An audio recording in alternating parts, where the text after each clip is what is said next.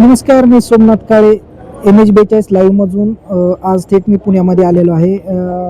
ज्या महाराष्ट्रामध्ये उलट्या सुलट्या चर्चा चालू झाल्या, निलेश लंके साहेबांची प्रकृती सुंदर आणि खूपच छान आहे. आज त्यांना तातडीने या ठिकाणी आणण्यात आलं आणि अशी चर्चा महाराष्ट्रामध्ये उसळली की खूप सिरियस आहे, पण तसं काहीही नाही आहे. आपण आज त्यांचे बंधू दीपक शेठ आहे, त्यांच्याशी आपण चर्चा करणार आहे. नमस्कार, मी दीपक लंके बोलतो आहे, खासदार साहेबांचा मोठा बंधू. खासदार साहेबांची जी तब्येत आहे एकदम चांगल्या प्रकारची आहे.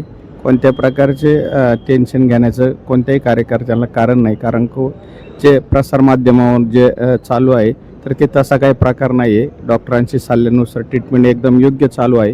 कोणत्या प्रकारच्या प्रकृतीला अडचण नाही असं डॉक्टरांचं म्हणणं आहे. आणि या हॉस्पिटलच्या संदर्भात पवार साहेबांचं सातत्याने संपर्क चालू आहे आणि त्याचबरोबर सुप्रियाताईंचे पण कंटिन्यू खासदार साहेबांची चर्चा आहे.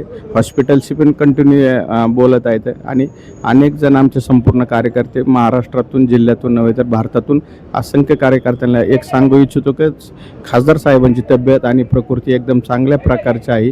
कोणीही काही काळजी करण्याचं कारण नाही आणि खरं तर 2-3 दिवसामध्ये खासदार साहेबांना डिस्चार्ज मिळणार आहे.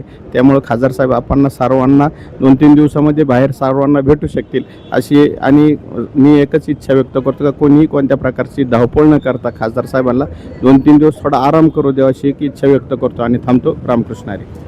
आत्ताच त्यांनी सांगितलं की 2-3 दिवसानंतर आपल्याला साहेब भेटणार आहेत. या ठिकाणी सर्वांच्या कार्यकर्त्यांना भेट देणार आहे, त्यामुळे कुठलीही चिंता करण्याची कारण नाही असे त्यांच्या भावांनी सांगितले.